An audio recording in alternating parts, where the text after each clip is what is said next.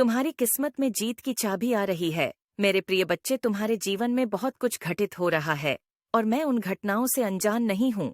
मैं देख पा रही हूँ कि तुम कैसे रह रहकर उदासी के आंसुओं को पिए जा रहे हो, कैसे तुम परिस्थितियों के अधीन होकर सही फैसले लेने में सक्षम नहीं हो पा रहे हो, कैसे दूसरों के द्वारा दबाए जाने पर तुम अपनी नियति को कोस कर जीवन को निरर्थक ढंग से जीते जा रहे हो।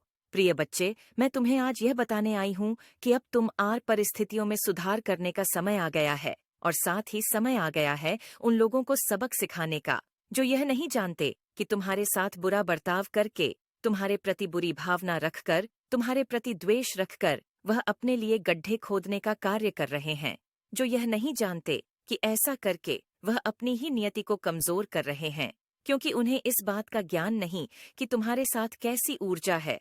तुम देख पा रहे हो, मुझे महसूस कर पा रहे हो, बस तुम्हें अपने भीतर उतरने की आवश्यकता है।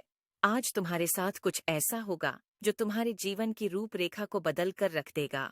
वह घटित होगा जो बहुत पहले हो जाना चाहिए था, लेकिन जिसके लिए परिस्थितियां आगे नहीं आ पा रही थीं, परिस्थितियां संतुलित नहीं हो पा रही थीं और रास्ते में अड़चन उत्पन्न हो रहे थे। लेकिन अब उन अड़चनों के समाप्त होने का समय आ गया है।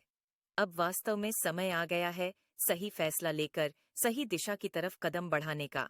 यह तुम्हारे लिए भी फैसले की घड़ी है और यह मेरे लिए भी फैसले की घड़ी है, क्योंकि मैंने तुम्हारी प्रत्येक गतिविधियों का आकलन कर लिया है। मैंने निरंतर यह करता रहता हूँ और मैं इस निष्कर्ष पर पहुंच रहा हूँ कि तुम्हें जीत मिलनी ही चाहिए। मैं इस निष्कर्ष पर पहुंच रहा हूँ कि तुम एक बेहद ही पवित्र और सुंदर आत्मा हो। तुम्हारे मन में नफरत के बीज नहीं पनपते, तुम्हारे मन में द्वेष की भावना नहीं पंपति। यदि तुम्हारे मन में कुछ पनपता है तो वह केवल और केवल प्रेम है।